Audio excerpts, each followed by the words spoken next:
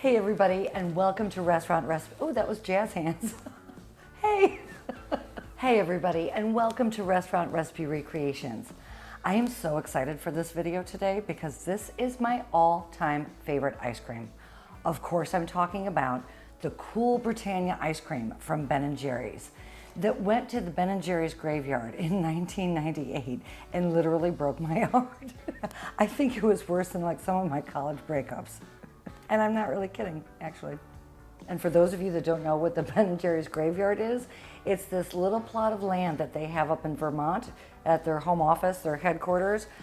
And they reserve it for ice creams that they retire. In fact, I'll read to you straight from the Ben&Jerry's website about Cool Britannia, because they can describe it better than I can. But I gotta put my readers on because I'm old.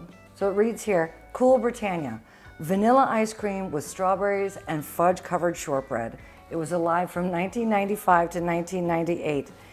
And on its epitaph, it says, a flavor so smashing and yet it fouled out. Strawberries and shortbread, a love match devout. But sadly, it missed all the fame it deserved. A bit too much English put into the serve. I mean, is this ridiculous or what? But it's funny, right? And it's fun. So that's what my channel's all about. So it mentions that it's vanilla ice cream with chocolate covered shortbread cookies and strawberries. And that's it. It's like super simple and easy to recreate. And we're going to even cheat a little bit. And here's a couple reasons why.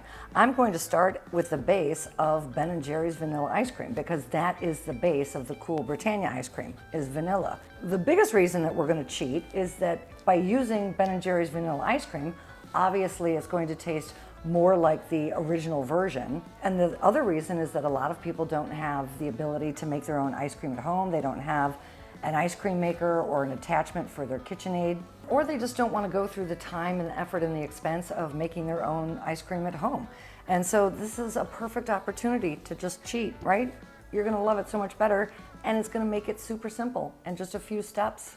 All right, so let's go ahead and get started. The first thing that we need to do is to melt the chocolate and coat the shortbread with the melted chocolate and get those in the freezer so that the chocolate has an opportunity to harden.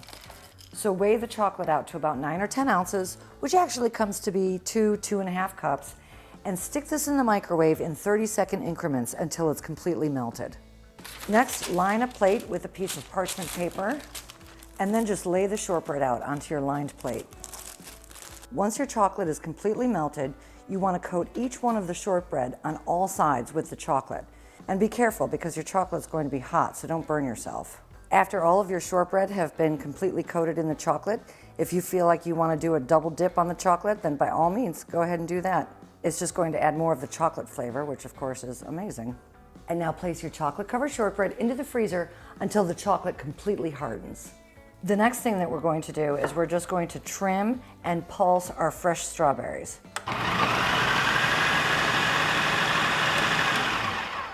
This is the consistency that you're looking for. So just nice and chunky, obviously not a puree, not a syrup. You want there to be some body left to the strawberries.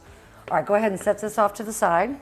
Working about 1 or 2 shortbread at a time, you want to chop up the shortbread.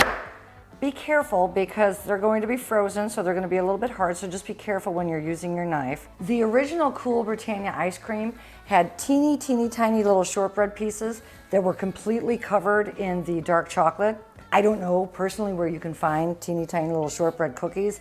I'm certain that they were made specifically for the Ben&Jerry's company. So this is obviously a good substitution. And you will want to chop them up rather small. I mean, keep in mind, this is an ice cream, so you want there to be a nice texture. You don't want there to be big, huge chunks. Now that all of your chocolate-covered shortbread have been chopped, go ahead and wash your hands and then get out your stand mixer. If you don't have a stand mixer, you are going to have to mix this by hand, in which case you might want the ice cream to sit out a little bit longer so that it's easier to mix. I have 3 pints of Ben&Jerry's vanilla ice cream, and I'm going to work in 3 batches so that I don't overcrowd my mixing bowl. And then I'm just going to simply add 1 pint of the vanilla ice cream, 1/3 of the strawberries, and 1/3 of the chocolate covered shortbread. And then on a low speed, mix that until it's well incorporated. And then just repeat the process with your other 2 pints of vanilla ice cream.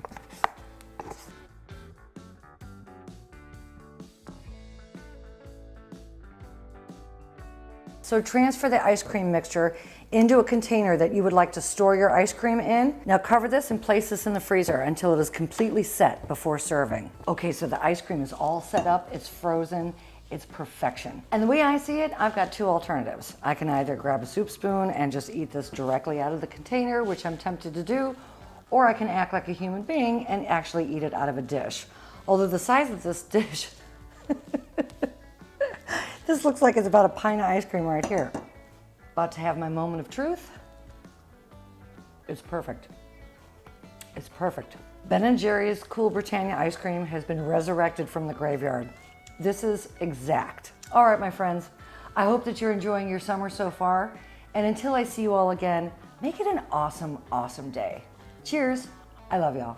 And for more great summer recipe ideas, check out right here.